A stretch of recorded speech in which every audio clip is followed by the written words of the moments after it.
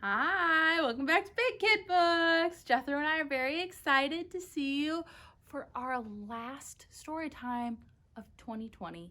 Isn't that crazy? The year has flown by. It's wild. We will be returning to you in January. Keep an eye out for our exact dates, and I have some surprises up my sleeve. You're gonna have to wait and see what they are. You ready to read our book? Let's go.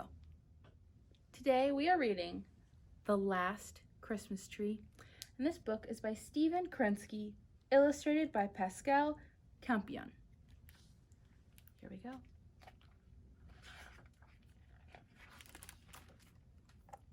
Almost exactly a month before Christmas, the trees arrived for the holiday. On the day before, the lot had been empty.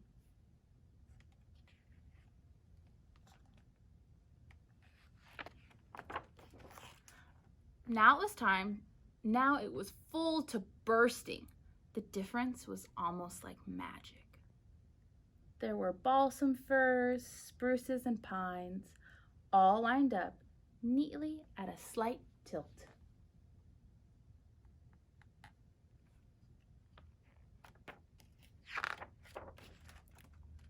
In the middle of one row, wedged between two bushier companions, one particular tree trembled with excitement.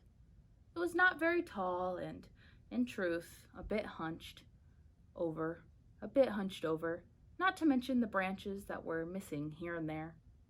Still, no tree was more filled with the spirit of the season. Surely everyone would see that at once. Can you spot the tree?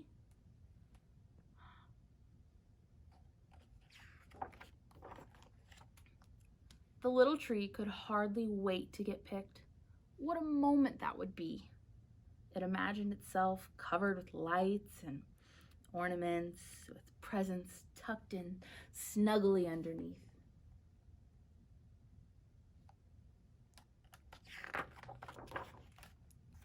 The other trees didn't seem to care about who picked them out or how long it took, but the little tree kept its hopes high. It wanted someone special, someone who was excited about Christmas as it was. As the days passed, the trees were sold one by one. A few people made up their minds in an instant. They knew what they wanted, and that was that. Others went back and forth for what seemed like hours, and sometimes it was.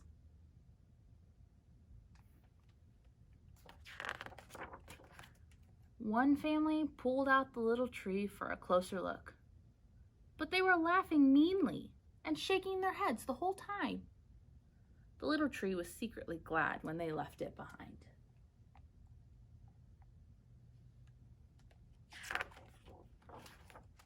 As time went on, the remaining trees were spread out, the better to show themselves off. No longer hemmed in, the little tree tried to stand up straight and puff itself out as much as possible. But nobody seemed to notice.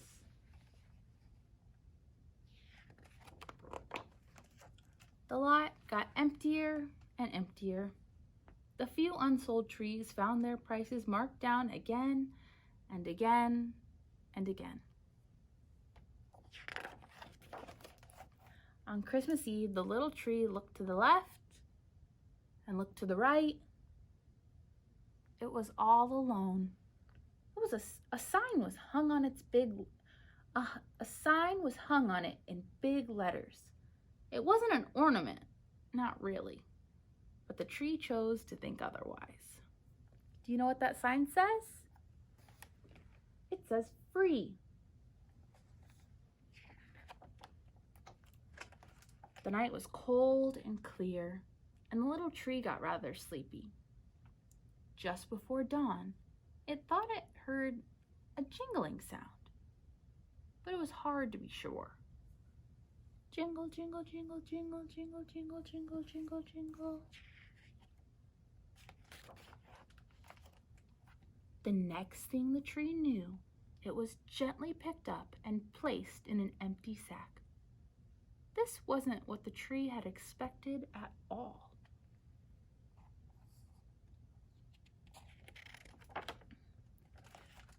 Then the earth fell away. Far below, the other trees were covered in all of their finery. The little tree had no idea where it was going or how long the journey would take. What do you think happened?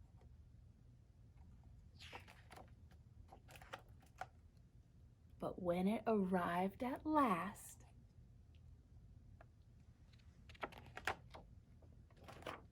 the little Christmas tree was finally home. The end.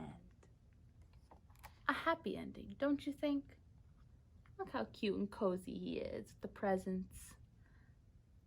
And I spied 2 pairs of socks. I wonder who took him home. The end. Have a very happy holidays, friends.